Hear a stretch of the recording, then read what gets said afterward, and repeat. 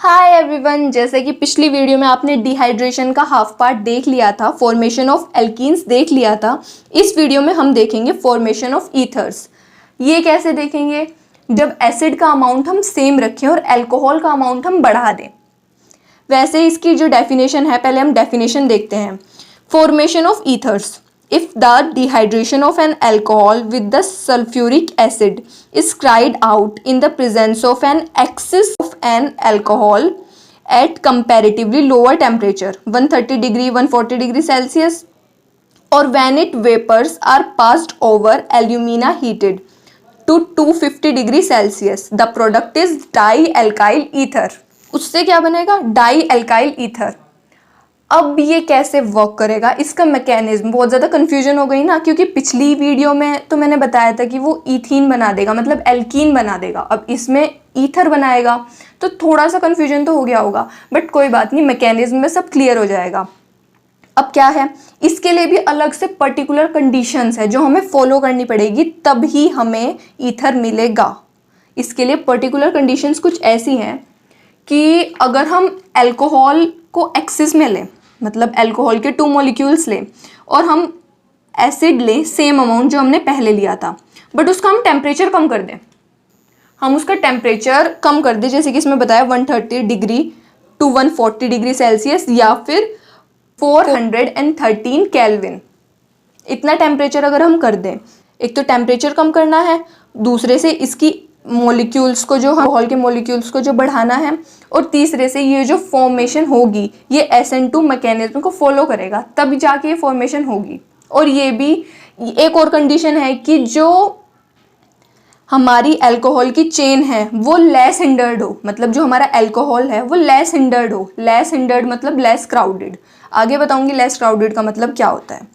तो हम इस कंडीशन को फॉलो करेंगे। कंसनट्रेटेड H2SO4 लिया डिहाइड्रेटिंग, और हमें लेस कंसनट्रेटेड H2SO4 चाहिए इसमें, और लेस टेम्परेचर चाहिए, लोअर टेम्परेचर कंपैरेटिवली पहले वाले में। हम उसमें 100% ले रहे थे, इसमें थोड़ा कम लेंगे, और इसमें हम अल्कोहल ज़्यादा लेंगे। Alcohols plus H2SO4 concentrated less temperature, वो क्या बना देगा हमारा? Di ethyl ether. 2 molecules of alcohol और डाईइथाइल ईथर। एल्यूमिना का प्रोसेस भी यही है कि अगर एल्यूमिना को हम 250 डिग्री सेल्सियस पे हीट करें और उस पे वेपर्स, अल्कोहल की वेपर्स पास थ्रू करवाएं, तब भी ये हो सकता है। बट जैसे कि मैंने पिछली वीडियो में भी बताया था कि इसे ही याद रखें, एसिड्स को ही याद रखें कि किस तरीके से एसिड से बनता है। तो इसमें भी मैं यही बताऊंगी कि एसिड को ही याद रखें मेनली। डाईइथाइल ईथर बना के वाटर अलग निकाल देगा वो H2O। Primary alcohol di ethyl ether बना देगा। सेकेंडरी अल्कोहल आइसोप्रोपाइल अल्कोहल से आइसोप्रोपाइल ईथर बना देगा। एंड जो टर्शरी अल्कोहल है वो डिहाइड्रेट ही नहीं होगा इस तरीके से, क्योंकि उसके 2 मॉलिक्यूल्स डिहाइड्रेट ही नहीं होंगे, क्योंकि वो बहुत ज़्यादा हिंडर्ड है, मतलब वो बहुत ज़्यादा क्राउडेड है।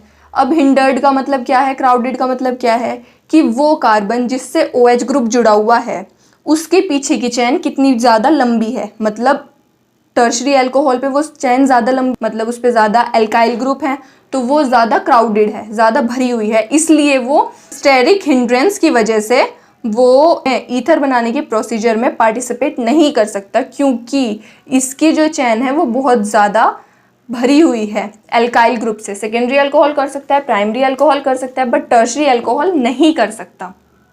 रीज़न मैंने आपको बता दिया। अब इसका मैकेनिज्म कैसे वर्क करता है?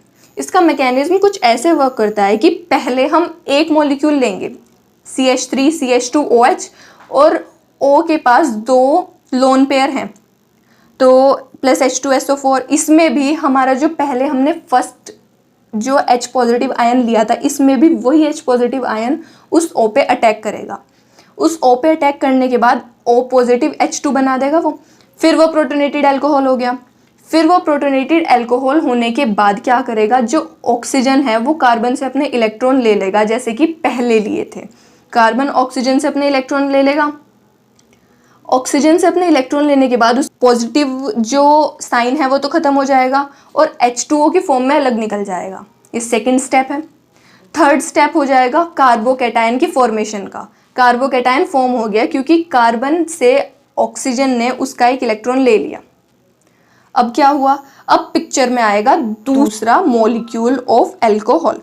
दूसरा मॉलिक्यूल ऑफ एल्कोहल क्या करेगा, दूसरा मॉलिक्यूल जो एल्कोहल का होगा वो जो अपना एक लोन पेयर है, मतलब वो अपने इलेक्ट्रॉन की जो बॉन्डिंग है वो अपना एक लोन पेयर है, वो कार्बन के साथ उसकी बॉन्डिंग कर लेगा।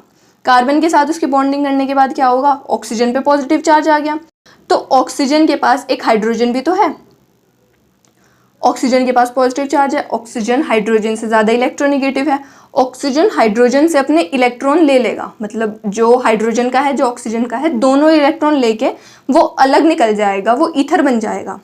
और जो H है, मतलब H पॉजिटिव आयन की फॉर्म में, वो H अलग निकल जाएगा, OH का H, सेकेंड मॉलिक्यूल का OH का H, वो H पॉजिटिव फॉर्म में अलग निकल जाएगा और वो फिर से अटैक करेगा। इस तरीके से ये साइकिल भी चलती जाएगी। तो इस तरीके से ये मैकेनिज्म जो है डिहाइड्रेशन का ये वर्क करता है एल्कोहल्स में। इसकी भी कुछ कंडीशंस हैं, वैसे ये फॉर्मेशन ऑफ एल्कीन्स ऐसे आ जाता है, what happen when alcohol is heated at इतने डिग्री टेम्परेचर एट इस कंडीशंस। पता नहीं बहुत सारे क्वेश्चंस इसमें आते हैं और इसमें से ये क्वेश्चन भी आ सकता है कि how will you convert alcohol into ethers, how will you convert alcohol to ethers, या how will you convert alcohols to alkenes।